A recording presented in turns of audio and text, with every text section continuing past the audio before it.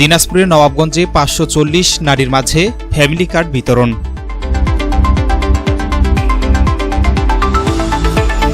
আসসালামু আলাইকুম। এমকে টেলিভিশনের পক্ষ থেকে সবাইকে আন্তরিক শুভেচ্ছা জানাচ্ছি। আমি ইফতেখার। শুরুতেই শুনলেন সংবাদ শিরোনাম, এখন বিস্তারিত। দিনাজপুরের নবাবগঞ্জ উপজেলার বেলঘাট সরকারি প্রাথমিক বিদ্যালয় প্রাঙ্গণে মঙ্গলবার বিকেলে ফ্যামিলি কার্ড বিতরণ অনুষ্ঠান অনুষ্ঠিত হয়েছে। অনুষ্ঠানে প্রধান অতিথি হিসেবে উপস্থিত ছিলেন সমাজ কল্যাণ এবং মহিলা ও শিশু বিষয়ক মন্ত্রী অধ্যাপক ডাক্তার এজেডএম জাহিদ হোসেন।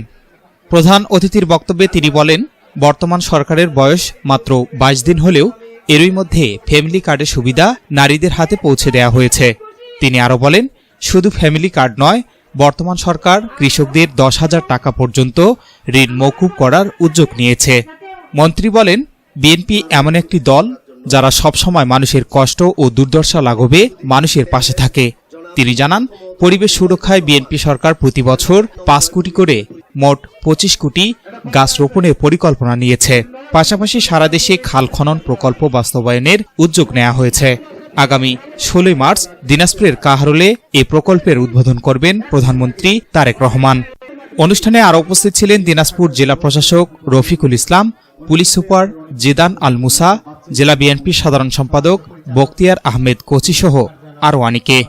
এ সময় নবাবগঞ্জ উপজেলার ১ নং জয়পুর ইউনিয়নের ৬ নং ওয়ার্ডের ৫৪০ জন সুবিধাভোগী নারীদের মাঝে ফ্যামিলি কার্ড বিতরণ করা হয়।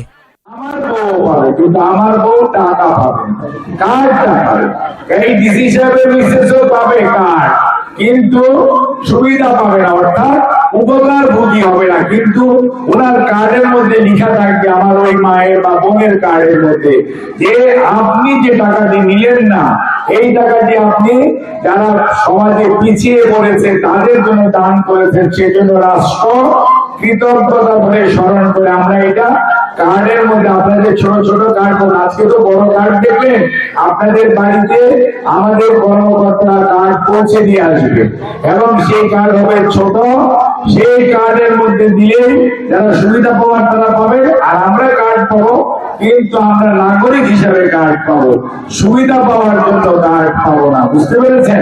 কাজেই কার্ড হচ্ছে সবার অধিকার, আর সুবিধাটা যাদের জন্য প্রয়োজন তারা পাবে। সেই জন্য আমরা আজকে চলেন মাননীয় প্রধানমন্ত্রী এই সিদ্ধান্ত বাস্তবায়নের জন্য প্রধানমন্ত্রীকে একটু আমরা ধন্যবাদ জানাই এবং করতালির মাধ্যমে আমরা সবাই ধন্যবাদ জানাই। হ্যাঁ, থ্যাংক ইউ ভেরি মাচ। এই বলি, আর সবসময় মনে রাখবেন, আপনাদের কাছে আমরা থাকতে চাই। ডিসি সাহেব অনেকগুলো কথা বলেছেন, আপনারা খেয়াল করেছেন কিনা জায়গা। আমি কিন্তু নির্বাচনের আগে সবসময় বলতাম যে মাদক কোন অবস্থাতেই চলবে না। আমি যারাই পান খান সবাই বলতাম সাদা পাতার জলটা খাবেন না, আর সিগারেট খাওয়ার জন্য বলতাম খাবেন না, আপনি পান খান, কিন্তু সাদা পাতার গুণ খাওয়া যাবে না, সিগারেট খাওয়া যাবে না, এবং মাদককে না বলতে হবে। কোন অবস্থাতে মাদকের সাথে কাউকে সম্পৃক্ত হতে দেওয়া যাবে না। কোন গাছ কেউ কাটতে পারবেন না, কোন গাছ আপনি কেউ গাছ কেটে নিয়ে বিক্রি করে ফেলবেন, এগুলো হবে না। কোন গাছ টাছ কাটা যাবে না। গাছ না থাকলে আপনার এই যে বৃষ্টি হবে না, বৃষ্টি না হলে খালি ধুলা, কয়েকদিন পরে হবে মরুভূমি। বুঝতে পেরেছেন? গাছ লাগাতে হবে। কাজেই আমাদের বর্তমান সরকারের টার্গেট ২৫ কোটি গাছ লাগানো, ২৫ কোটি, এক বছর ৫ কোটি করে গাছ লাগানো হবে। সেই লক্ষ্যে যান।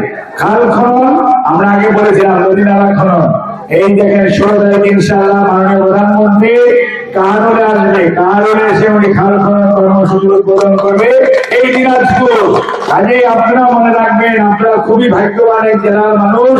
ওনার নানির বাড়ি এখানে, উনি বিরামপুরে এসেছিলেন, কাহারোলে আসবে ১৬ তারিখ, দিনাজপুর শহরে যাবে ১৬ তারিখ, এবং ওই দিন হয়তো আপনাদের সাথে উনি আল্লাহ যদি রিজিক দেয় ইফতারও করবে ইনশাআল্লাহ।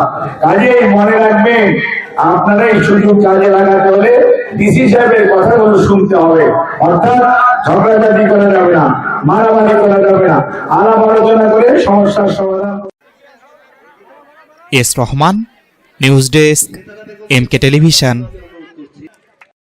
শেষ করছি এমকে টেলিভিশনের সংবাদ। এতক্ষণ আপনারা আমাদের সাথে থাকার জন্য অসংখ্য অসংখ্য ধন্যবাদ।